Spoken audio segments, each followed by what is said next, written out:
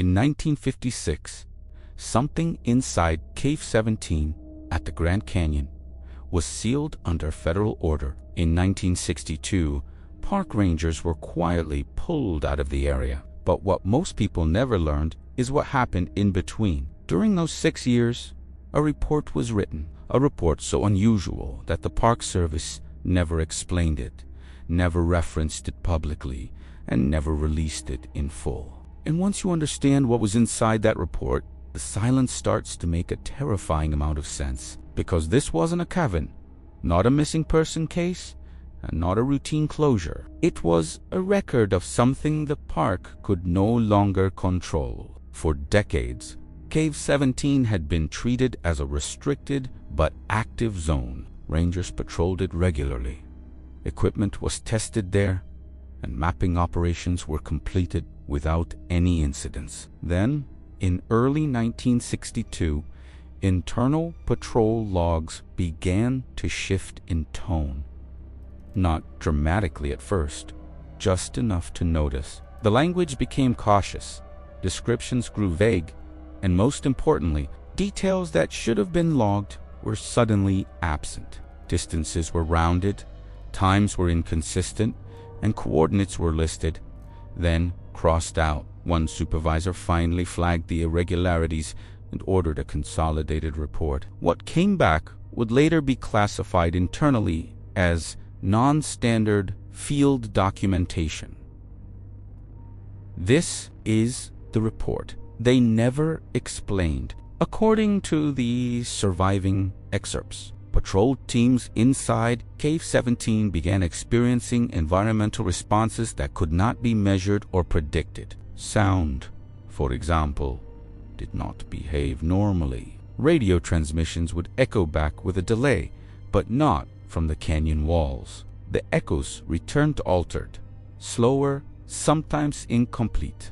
One ranger wrote that his call sign was repeated back to him with an unnatural pause between each word, as if the cave itself were struggling to copy human speech. Another noted that footsteps could be heard approaching from sealed passages, stopping just out of sight. At first, supervisors assumed it was just equipment, interference, or maybe stress-related perception issues. That is, until physical inconsistencies started appearing. In multiple separate patrols, rangers documented boot prints inside sections of Cave 17 that had been sealed since the 1950s. The prints weren't scattered or partial. They were complete with the same depth, same spacing, and same orientation, laid out in a clear path. And every single time, they ended abruptly. No turnback, no exit trail, no disturbance in the surrounding sediment. It was as if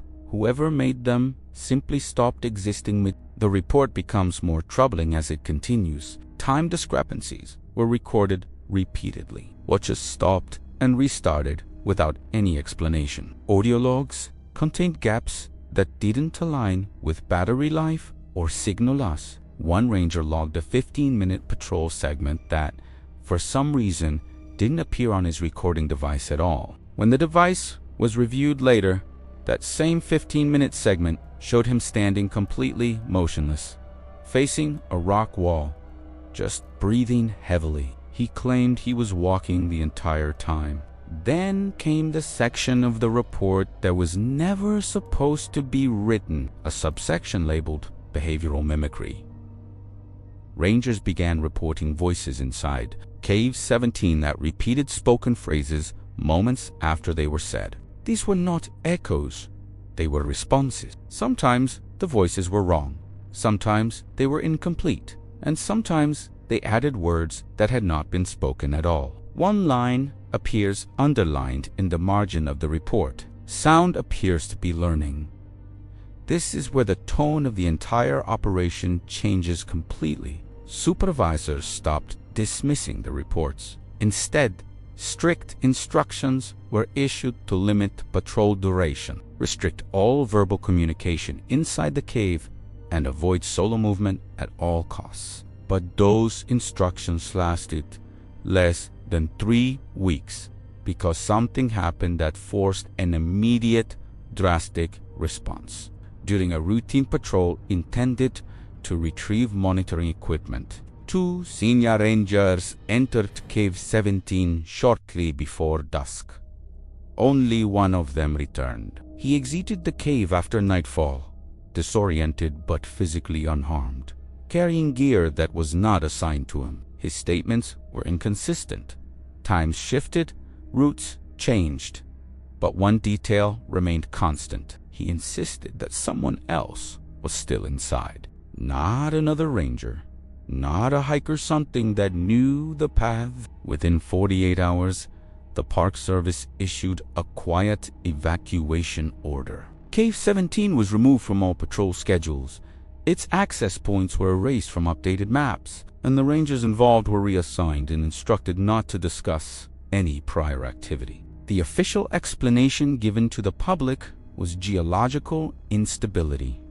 The report, however, says otherwise. The final page contains a recommendation that stands out even today. Further exposure may result in psychological contamination or behavioral replication. No definition was provided for what that meant. No follow-up investigation was ever logged. The report ends abruptly, mid-sentence, and then it disappears from the record. Years later, when archive materials were being transferred between facilities, a sealed box containing fragments of the Cave 17 report resurfaced. Inside were partial maps, handwritten annotations, and a single reel-to-reel audio tape. The tape begins normally the sound of wind, footsteps, radio static. Then, a second voice becomes audible. It's not coming over the radio.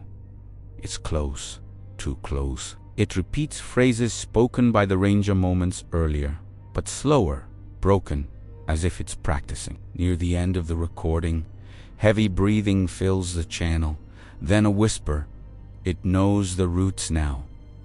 Then the tape cuts to silence. There are no official records after that date. To this day, Cave 17 remains sealed. Not just closed or restricted arrest. There are no warning signs, no barriers, just an empty designation on old maps where something once required constant, vigilant monitoring. Former rangers who were stationed in the area rarely speak publicly about it, but those who do all agree on one thing. The report was never explained because the problem was never resolved. Whatever triggered the evacuation wasn't removed. It was left where it was. And the Park Service made sure no one would ever officially ask why. Thanks for watching. If you enjoyed this story, be sure to subscribe for more.